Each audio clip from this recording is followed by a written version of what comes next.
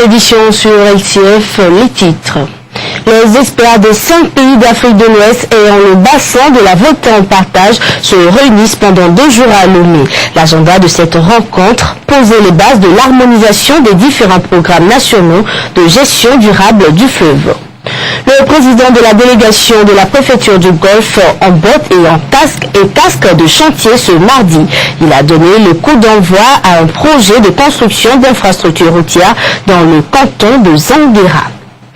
Attentat meurtrier au Liban ce mardi, une double attaque a été perpétrée devant l'ambassade d'Iran à Beyrouth, bilan au moins 23 morts. Mesdames, Messieurs, bienvenue sur la chaîne du futur pour cette nouvelle édition. Ouverture ce mardi à Lomé de l'atelier régional de validation du programme d'action stratégique du bassin de la Volta, couplé de la 5e réunion du comité de pilotage du projet FEM Volta. Du 19 au 29 novembre prochain, les consultants venus de 5 pays de la sous-région vont réfléchir sur les solutions à apporter aux problèmes transfrontaliers dans le bassin du fleuve Volta. Rajou Mohamedou. Le bassin du fleuve Volta, c'est 400 000 km² de superficie, plus de 20 millions d'utilisateurs, tant dans son versant que dans sa zone côtière. Fleuve transfrontalier, la Volta serpente 5 pays de la sous-région ouest africaine et recèle un potentiel hydroélectrique, agricole et hydraulique énorme. Pour assurer sa gouvernance intégrée et durable dans un contexte de réchauffement planétaire, l'autorité du bassin de la Volta, organisation transnationale en charge de sa gestion rationnelle et coordonnée, a été créée en 2007. Depuis, il a entrepris d'harmoniser et de fondre les différents programmes nationaux dans un document de référence, le plan d'action stratégique, qui est soumis à examen et à validation à cet atelier. La mise en œuvre d'une telle initiative permet d'échanger, d'éviter les conflits et de partager les ressources et les richesses du bassin de la Volta.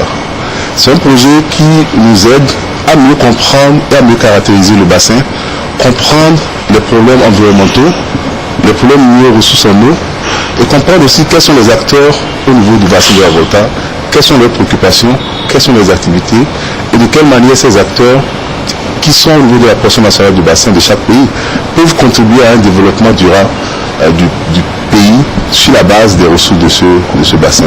Dans le cadre du projet Résolution des problèmes transfrontaliers dans le bassin versant de la Volta et sa zone côtière en aval, financé par le Fonds Environnement Mondial, des projets pilotes ont déjà été entrepris pour réduire l'impact environnemental de l'exploitation humaine du fleuve. I will use Jeff Volta as an example. Si on prend par exemple le cas du projet FEM Volta, il est en train de mettre en œuvre un certain nombre d'actions pilotes sur le terrain. Il a pris le cas par exemple du projet le Ghana et la Côte d'Ivoire sur la restauration des berges de la Volta noire. Il a expliqué l'importance de restaurer les berges, expliqué pourquoi les gens occupent les berges de manière anarchique et incontrôlée et les avantages que les populations peuvent tirer de cette restauration des berges entre le Ghana et la Côte d'Ivoire, et que ces nations, en la répliquant sur l'ensemble du bassin, permet de mieux servir les populations et en même temps de garantir des ressources pour les populations à venir. C'est ce qu'il a appelé équité intergénérationnelle. Et là, c'est pris le cas du Togo, où on est en train de mettre en place un système de traitement des eaux usées domestiques. Et il explique qu'une population qui n'a pas un bon mécanisme de traitement des eaux usées domestiques est soumise à des questions de santé.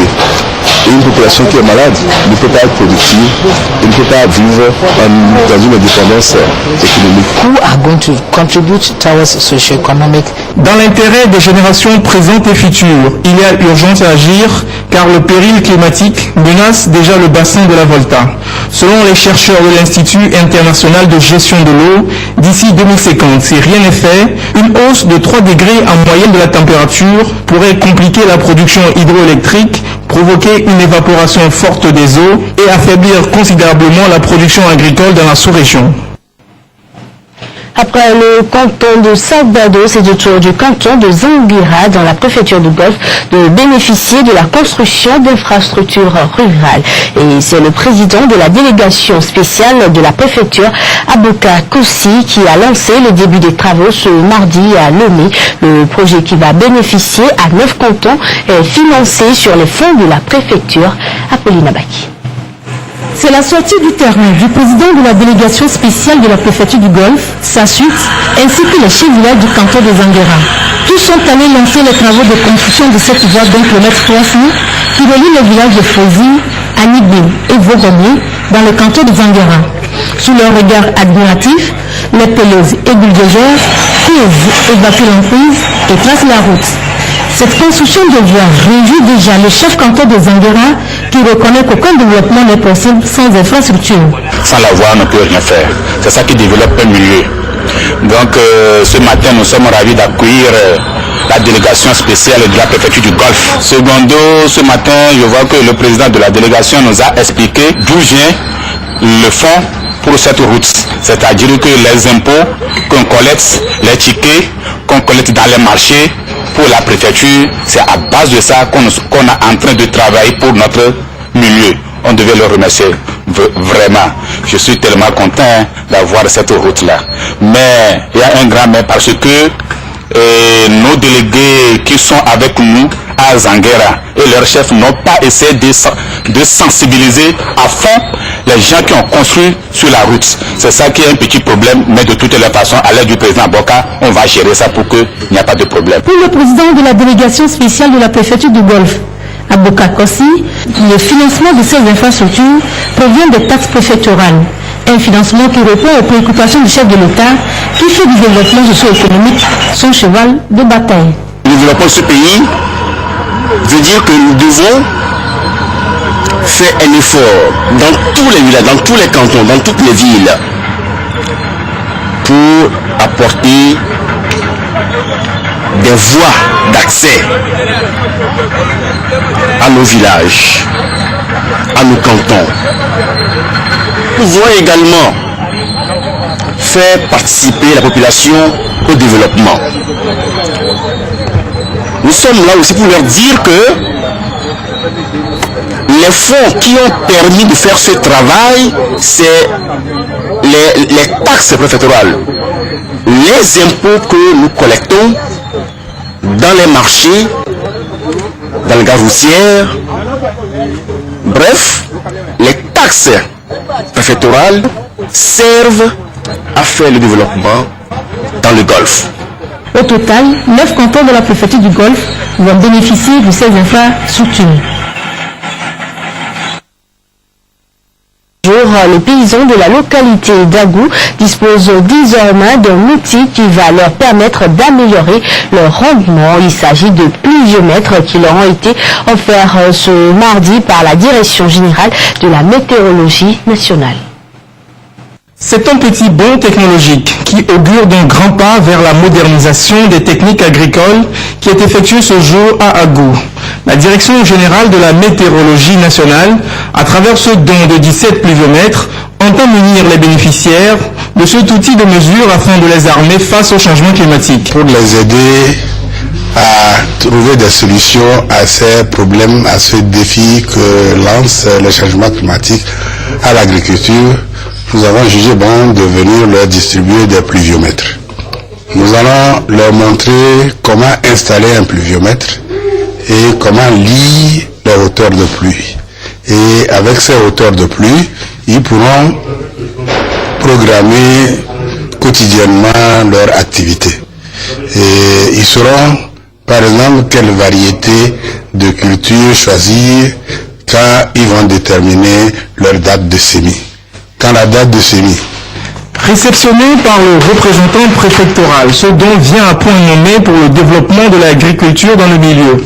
Un don apprécié à sa juste valeur par les récipiendaires. Nous remercions d'abord le représentant de la préfecture d'Agou, M. le secrétaire principal, pour la remise de cet instrument qui nous est offert ce matin et nous promettons toujours en faire bon usage pour que notre préfecture soit très bien développée en matière d'agriculture. À la suite de ce don, un séminaire de formation basé sur le temps et le climat a été animé par des spécialistes dans le but d'informer et de former les paysans sur l'importance de l'utilisation du pluviomètre. La prochaine étape se fera à Pelé-Adéta. Toujours dans cette édition, cette information du ministre de la Sécurité et de la Protection civile. L'importation, la vente et l'usage de pétards assourdissants et autres objets du genre qui troublent la tranquillité des populations sont et demeurent rigoureusement interdits sur l'ensemble du territoire national, notamment en ces périodes de fêtes de fin d'année. Des instructions spécifiques sont données aux forces de sécurité pour procéder à leur saisie, traquer et si besoin interpeller tout contrevenant. Le ministre de la Sécurité et de la Protection civile compte sur le civisme et la bonne compréhension de tous pour le respect des présentes dispositions. On en vient à la Convention des femmes pour unir CFU de la préfecture de la COSA qui a célébré dimanche dernier son premier anniversaire sur fond de prière. Anniversaire pour rendre grâce à Dieu pour tous ses bienfaits. Roger Aménia. Une messe d'action de grâce en l'honneur de la Convention des femmes pour unir CFU.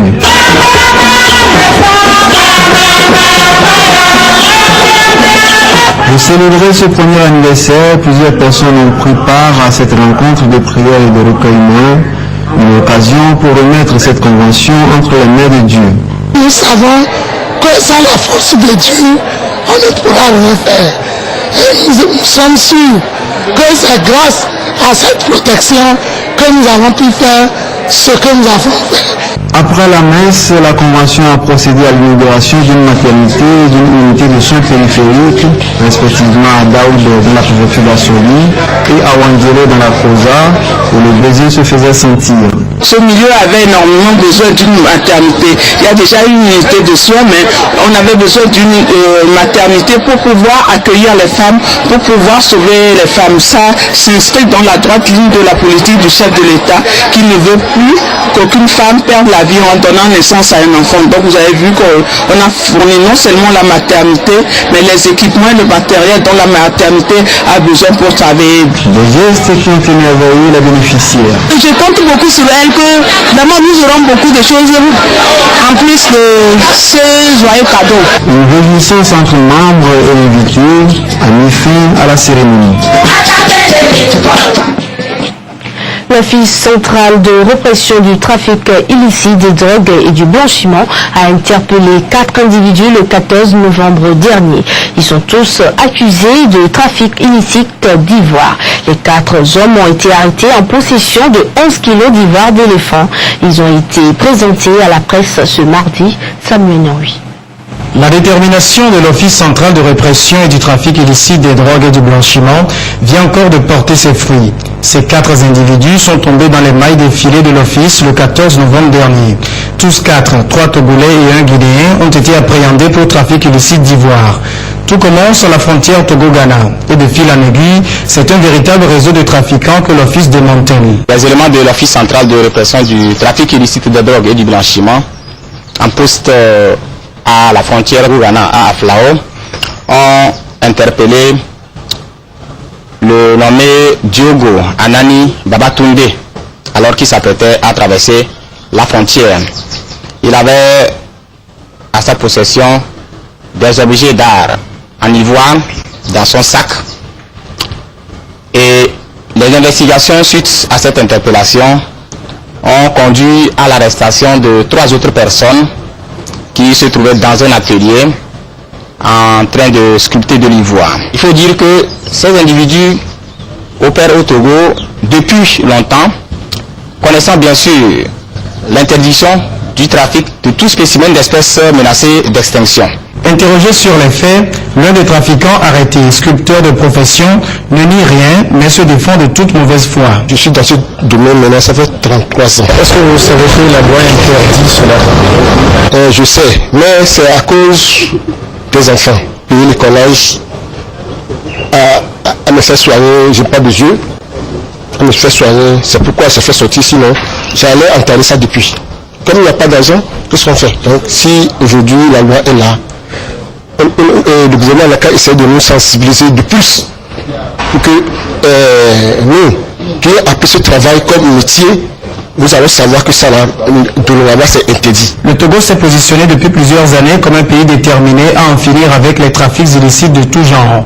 La lutte contre le trafic de l'ivoire participe de la préservation de l'écosystème.